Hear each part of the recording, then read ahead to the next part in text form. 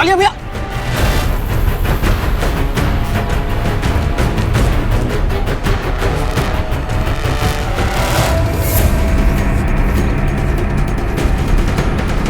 मुझसे जीतना इतना आसान नहीं है कालिया।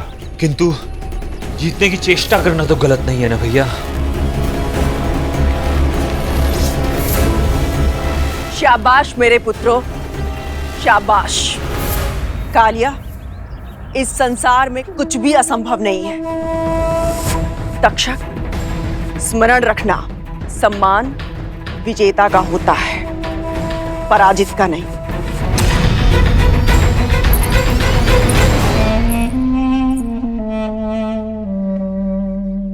दीदी, तक्षक, कालिया, बहुत हुआ खेल, थक गए होगे, जाओ जाके भोजन कर लो।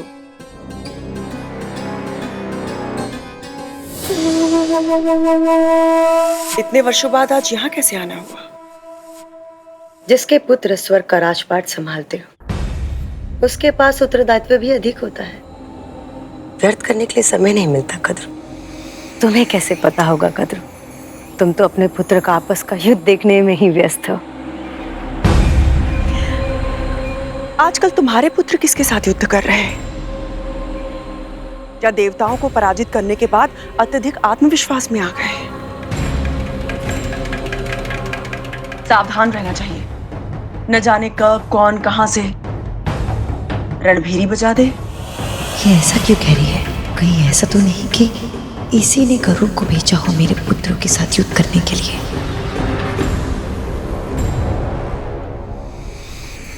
तुम मेरे पुत्रों की चिंता मत करो कद्र। वैसे विंता कहाँ है? विंता दिखाई नहीं दे।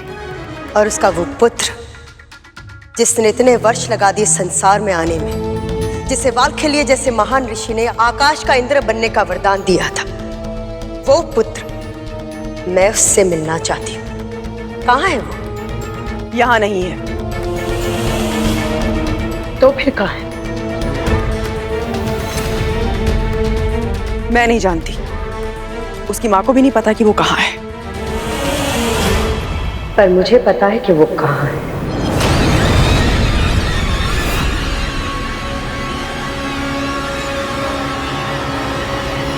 तुम्हें कैसे पता? कहाँ है वो? क्या वो जीवित है? केवल जीवित ही नहीं, बल्कि अपनी प्रभुत्व स्थापित कर रहा है। और बिना किसी सहायता के अदिति की तपस्या की रक्षा कर रहा है। और चुनौती दे रहा है मेरे पुत्र प्रजंग को कि उसके जीते जी उसकी खींची हुई रेखा को कोई पार करके अदिति तक नहीं पहुंच सकता। और तुम्हें पता है आश्चर्य की बात क्या है? मेरे पुत्र और असुर सेना को कोई भी योद्धा उस तक पहुंच नहीं पा रहा है। सबको पराजित कर रहा है वो गरुड़।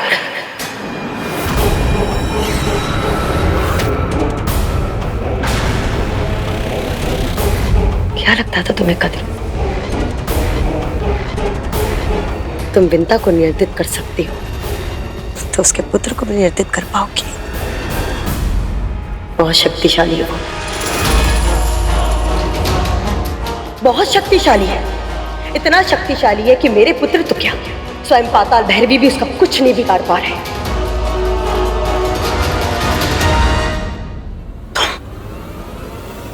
तुम सत्य कह रही हो, परंतु ये कैसे संभव है? यदि वो इतना अधिक शक्तिशाली है तो अपनी माँ और अपने भाई का प्रतिशोध लेगा। मेरे और मेरे पुत्रों के लिए संकट बन जाएगा। वो बन चुका है, वो संकट बन चुका है वो मेरे पुत्रों के लिए। तभी तो मैं तुम्हारे पास आई हूं कद्र, ये जानने के लिए कि कोई तो दुर्बलता होगी। कोई तो दुर्बलता तुम जानती हो तो मुझे बताओ, ताकि मेरे पुत्र उस समस्या को सदैव के लिए समाप्त कर सके। दुर्बलता? कौन सी दुर्बलता? कैसी दुर्बलता? 8 प्रहर सदैव माँ माँ माँ के नाम की रट लगाए रहता है। इसके अतिरिक्त ना कुछ सोचता है, ना कुछ कहता है, ना ही कुछ करता है वो।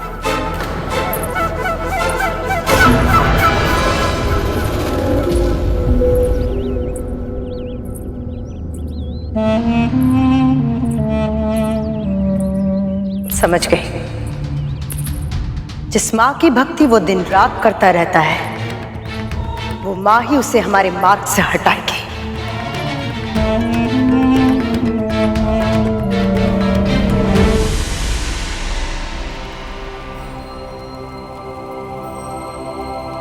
गरुड़,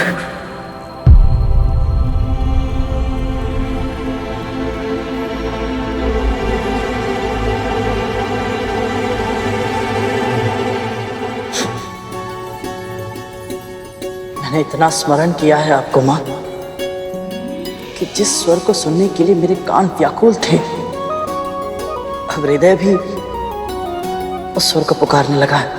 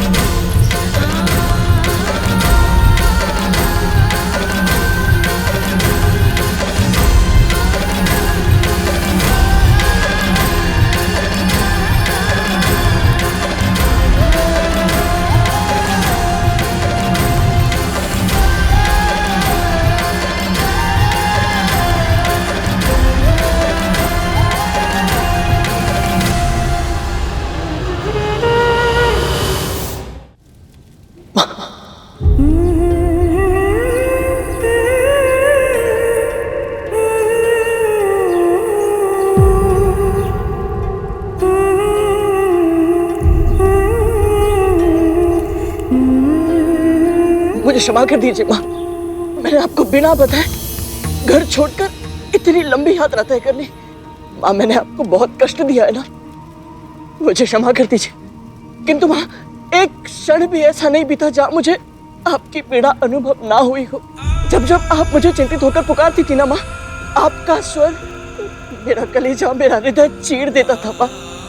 बस उस पल ऐसा लगता था अभी उड़कर आपके पास आ जाऊं, आपकी डांट खाऊं, आपका स्नेह पाऊं, पर मैं चाहकर भी वापस नहीं आ सकता था माँ। मुझे ज्ञात है माँ, आप नहीं चाहती कि मुझे अतीत का सत्य पता चले। मुझे ज्ञात है आपने मुझसे कहा था कि आप दासी होने की इस नियति को स्वीकार कर चुकी, पर माँ, आपका गरुड़, आपका पुत्र आपकी इस विवशता को स्वीकार नहीं कर सकता माँ। इसीलिए मुझे जानना है कि आप बड़ी माँ की दासी कब, कैसे और क्यों बनी। इसलिए अपने प्रश्नों के उत्तर ढूंढने के लिए मुझे आपसे दूर होना पड़ा माँ। और ऐसा करके मैंने कोई अच्छा काम नहीं किया है, आपको बहुत दुख पहुंचाया है। मुझे क्षमा कर दीजिए ना माँ।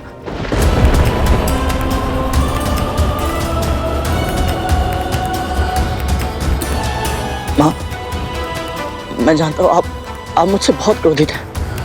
आप मुझे मारिए, आप मुझे डांटिए, मुझे कोई भी दंड दीजिए, मुझे स्वीकार है, पर चुप मत रहिए ना माँ। कुछ बोलिए ना माँ, मुझे कुछ बोलिए माँ। घर चल। माँ, मेरी बात तो सुनिए। सुनने सुनाने के लिए कुछ भी शेष नहीं है गरुड़। जो तेरे मन में आया तूने किया, जो तेरे मन में आया तूने कहा। अब तू मेरे साथ घर चलेगा इसी क्षण।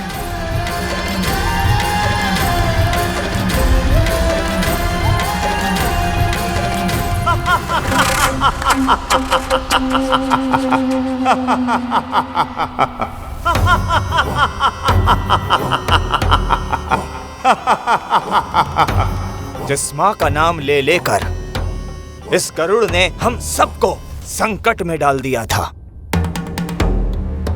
उसी का उपयोग करके कितनी आसानी से आपने इसे मार्ग से हटा दिया। अद्भुत हो माँ, अद्भुत। अद्भुत तो वो माया है जिसने तुम जैसे मायावी को भी चकमा दे दिया। वो विंता नहीं, असुरों की विकट योद्धा सिंहिका है। समझ गए। जिस माँ की भक्ति वो दिन रात करता है, वो माँ ही हमारे मार्ग से उस कांटे का उपचार करेगी। कद्रू, कहना क्या चाहती हो तुम? विंता को तुम्हें सौंप दूं, इस बात का तो प्रश्न ही नहीं उठता। क्योंकि जब तक वो मेरे नियंत्रण में है मेरी पुत्र सुरक्षित है। कद्रू, मुझे विंता को अपने साथ ले जाने की कोई आवश्यकता नहीं है, क्योंकि मेरे पास सिंहिका है जो एक ही समय में कई विंताओं का रूप धारण करके गरुड़ को भ्रमित कर सकती है। बस तुम प्रतीक्षा करो, बहुत ही जल्द गरुड़ की मृत्यु का शुभ समाचार तुम्हें शीघ्र ही प्राप्त होगा। यदि तुमने इस असंभव कार्य को संभव कर दिखाया तो ये कद्रू तुम्हारा उपकार कभी नहीं भूलेगी।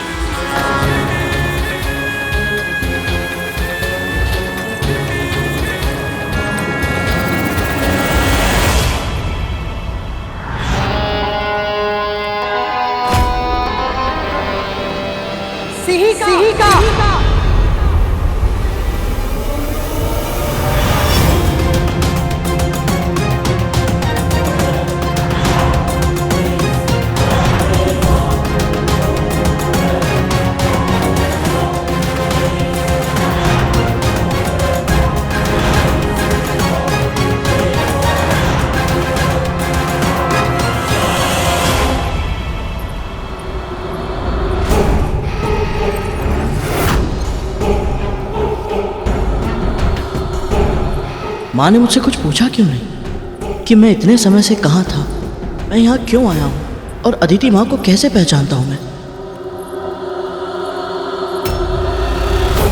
क्या हुआ?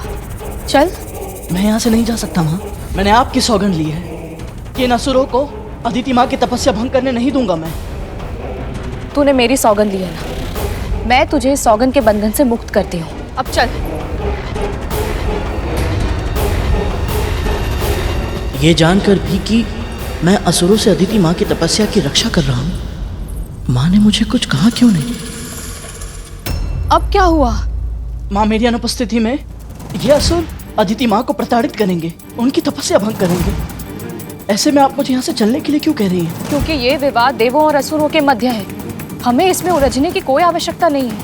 पर माँ, अदिति माँ की आराधना में विघ्न पड़ गया तो ये प्रभु विष्णु का, उनकी भक्ति का अनादर होगा। अनादर होगा तो होता रहे, हमें अपने प्राण बचाने हैं पुत्र।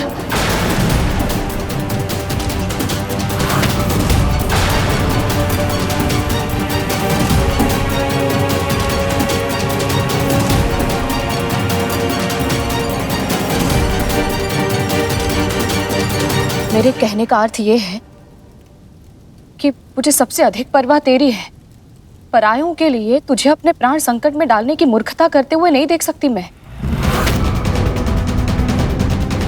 माँ ने आज तक जो भी मुझे सिखाया है उसके विपरीत बात क्यों कर रही हैं आज? आपने मुझे जो संस्कार सिखाए थे उसमें से एक संस्कार ये भी था कि कभी कभी मूर्खता करना बुद्धिमानी से अच्छा विकल्प होता है।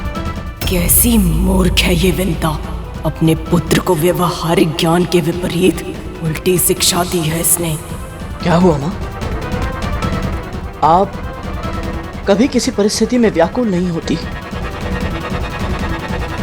ना आपका मन भटकता है, ना मस्तिष्क विचलित होता है, तो फिर आज आप इतनी घबराई हुई क्यों हैं? कुछ करना होगा मुझे, नहीं तो मेरा सत्य ज्ञात करने में इसे अधिक समय नहीं लगेगा। बस कर अब, कितने प्रश्न पूछेगा? ज्ञात नहीं है माँ को प्रश्न नहीं करते हैं, माँ जो कहे बस चुपचाप उसका पालन किया जाता है। और माँ ये कह रही है चल यहाँ से।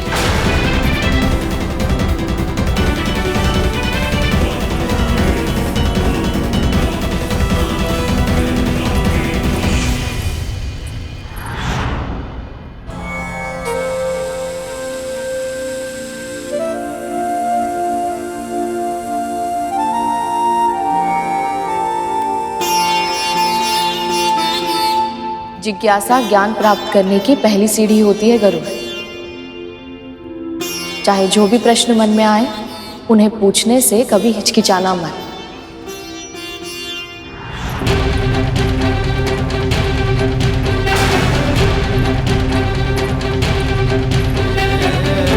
आज तक माँ ने मुझे जो शिक्षा दी है उसके विपरीत आज बिल्कुल नई शिक्षा दे रही है, पर क्यों?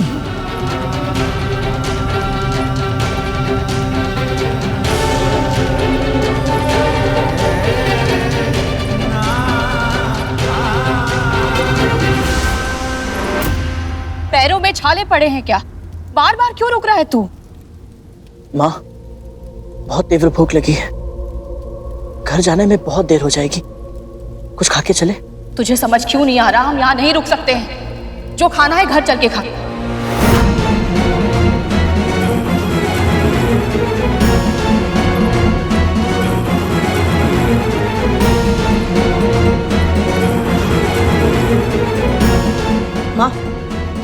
माँ उठिए ना, माँ जल्दी उठिए, जल्दी उठिए।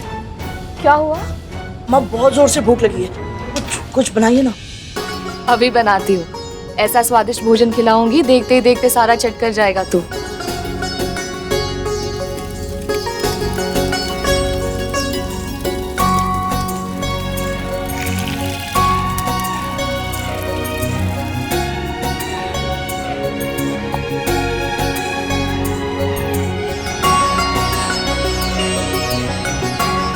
माँ बहुत स्वादिष्ट है।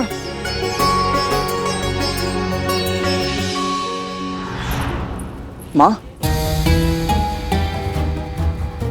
क्या आप मुझसे इतनी क्रोधित है कि मैं भूखा हूं ये जानकर भी आप पर कोई प्रभाव नहीं पड़ा? इतनी शीघ्र फिर से भूख कैसे लग सकती है तुझे? अभी अभी तो तूने गजासुर और सिंह मुखम को खाया था।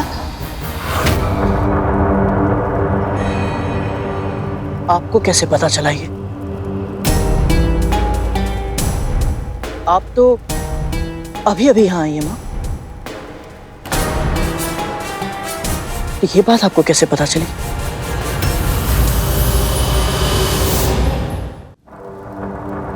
मैं माँ हूं और एक माँ अपने पुत्र के बारे में सब कुछ जानती है। जैसे तुझे मेरा स्वर सुनाई दे रहा था, वैसे ही मुझे भी तेरे विषय में पल पल की सूचना थी।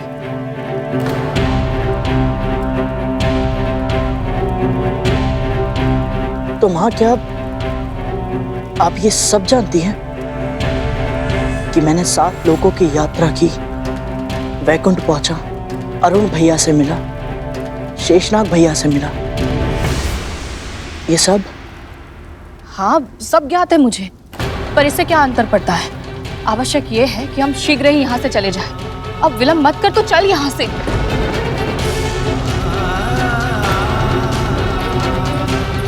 कुछ समझ नहीं आ रहा। मुझे लगता था मैं माँ के कुछ कहे बिना ही उनकी प्रत्येक पीड़ा, उनके मन का हर भाव, हर बात जान सकता हूँ, पर इस समय तो ऐसा लग रहा है जैसे मैं अपनी माँ को जानता ही नहीं।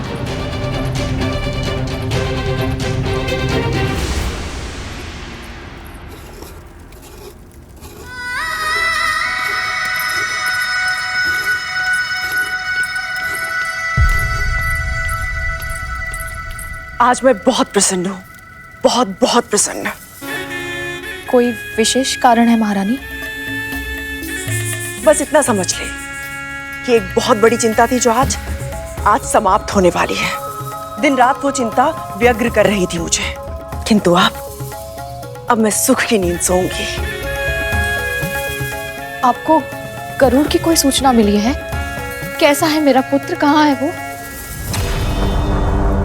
समस्त संसार की धुरी तेरा पुत्र ही तो है, उसके अलावा तो इस संसार में कुछ है ही नहीं। पर महारानी, एक ही रट बार बार सुन के मेरे कान पिघलने लगे हैं विंता। बस कर। और हाँ, नारियल के लड्डू के साथ कुछ पेड़े भी बना लेना, जिस शुभ सूचना की प्रतीक्षा में कर रही हूँ। बस एक बार आ जाए वो, सबको लड्डू और पेड़े बांटूंगी मैं, तू भी खा लेना।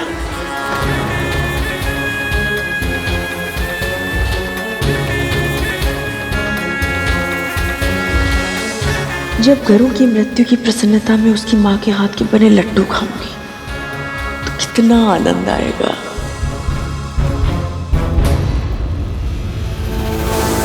इन्हें इतना प्रसन्न देखकर न जाने क्यों मुझे अजीब सा संदेह हो रहा है। नहीं, कुछ अनुचित नहीं सोचना चाहिए मुझे। पहले भी ऐसे ही संदेह के कारण एक पुत्र को हानि पहुंचा चुकी हूं, फिर मैं वही त्रुटि नहीं कर सकती। हे नारायण, मेरे पुत्र की रक्षा कीजिएगा। ओम विष्णवे नमः, ओम विष्णवे नमः, ओम विष्णवे नमः।